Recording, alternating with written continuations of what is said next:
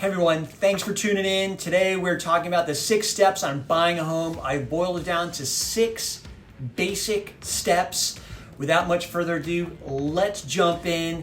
If you like the video, give it a thumbs up. If you like the channel, subscribe. It helps the algorithm. We appreciate it. So number 1 on the process of buying a home is, how are you going to pay for it? How are you going to pay for it? Cash? Finance? Make that decision. Borrow money from a family member? Most people go the financing route. So what you have to do is start that process. You say, Greg, shouldn't we go ahead and start looking at homes first? No, you shouldn't. Why? Because if you fall in love with the home that you start looking at and you want to make an offer, it comes back to that question, how are you going to pay for it? How are you going to pay for it? And the seller is going to want to know, how are you going to pay for it? So again, if you have the cash, you have that proof of funds letter you submit with the offer. If you're getting a loan, you get what's called a pre-approval letter. It means you've talked with the lender, you've submitted some documentation, they've checked your credit, and they say, yeah, you're able to buy this home, or at least gives you the ballpark as the buyer as to what price range am I looking in, or what's my monthly approximate payment looking like. Sometimes you might be qualified for $400,000, right? You can afford, but you really don't want that much of a note, and you'd rather be closer to somewhere around $350, because that note you're more comfortable with just makes it for a less stressful lifestyle for you.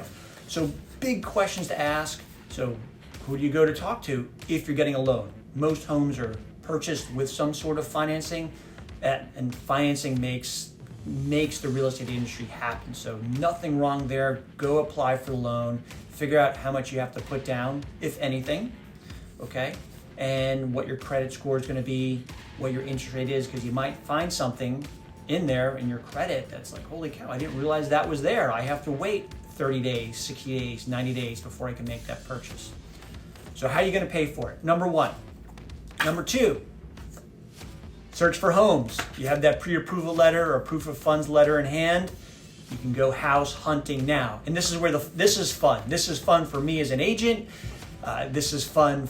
This should be fun for you as a buyer, right? Looking at homes, looking for property is fun, all right? And you get to see how people decorate their homes, if there's a couple involved, you know, husband, wife, or getting married or whatever it is, like, hey, yeah, I want the garage and the land and I need the updates and the bathroom count. Like, it's fun and it's entertaining to see how that all works out. And it's a great feeling. And I've been doing this 17 years. I've been in literally thousands of homes, and it's always a wonder. It's awesome for me as a professional and for other agents like me when people know that that's the one. Like, this is the one. This is the one we want.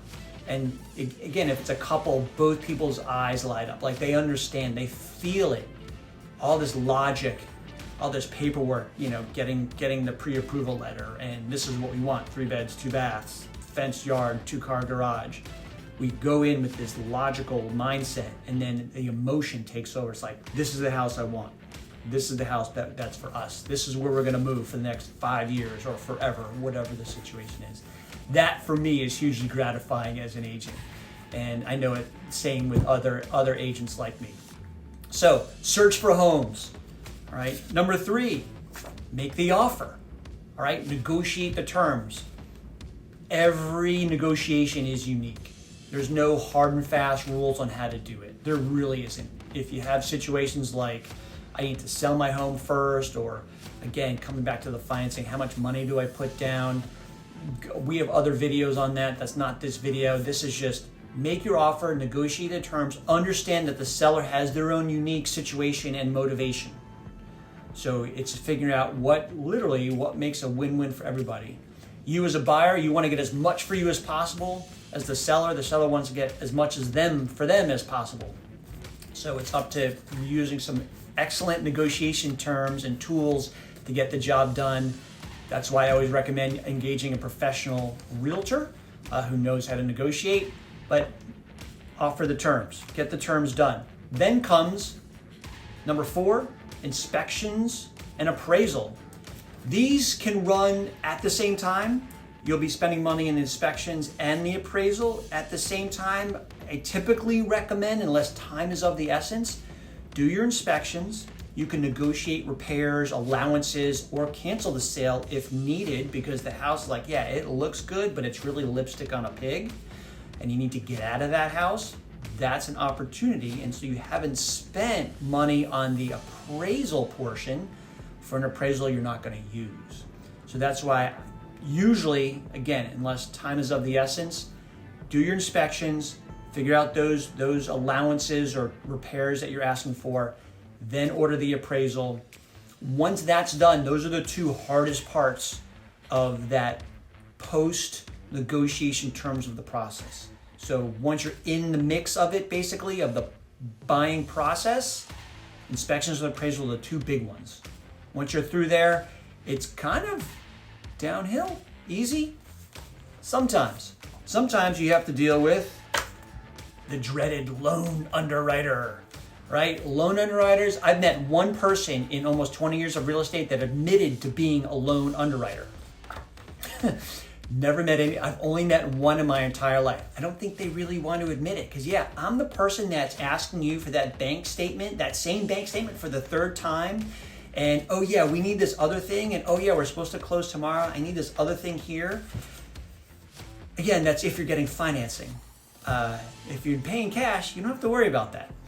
But financing, you might have to go through these. And you know what? Just nod your head, say yes, be patient, because the end is almost near, the end of that process. And if you've chosen a good loan company, a good loan originator, the person that you met with in the beginning, they've done their due diligence on you in the front end. So the loan underwriting process is smoother. That's why it's really important to work with a loan person that you trust. Ask your realtor, talk to somebody who you bank with, like whatever bank you bank with is a good place to start as well. So loan underwriting. The other part is title review. You don't want the house, nor will you even get the loan if it doesn't have clear title. In other words, when you buy the house, nobody else has a right to that property other than you. You want clear title. And if you don't have a clear title, what are the pitfalls if I move ahead with the sale? That's where the title attorney comes into play. Different states have different numbers of attorneys. In Louisiana, it's a one attorney close. All the buyer and the seller come to the attorney's office. They take the money in, they put the money out, seller gets their money, buyer gets the keys, and they're the ones doing the title abstract, the title search, to make sure that yes, you as the buyer get clear title. You're the only one with rights to that property. So really important step. But that's the next step after that. And then also doing the due diligence for the lender. And then last, not least, the big day, sign the documents. That is step number 6. You buy the home. Seller gets the check, you get the keys. And on step 7, they rested. No, actually, they don't rest on step 7. You get to unpack the U-Haul, or if you have a mover, you get to move into the house. But again, that's the fun part. That's why you started off this process. So that's the buying process in a nutshell. Thank you for tuning in. If you have any questions, any comments, put them in below, because there's certainly some fine tuning that has to happen in between each of those steps, where professional realtors help you with that. As again, I am biased. I love it. I love showing homes. Our team loves showing homes.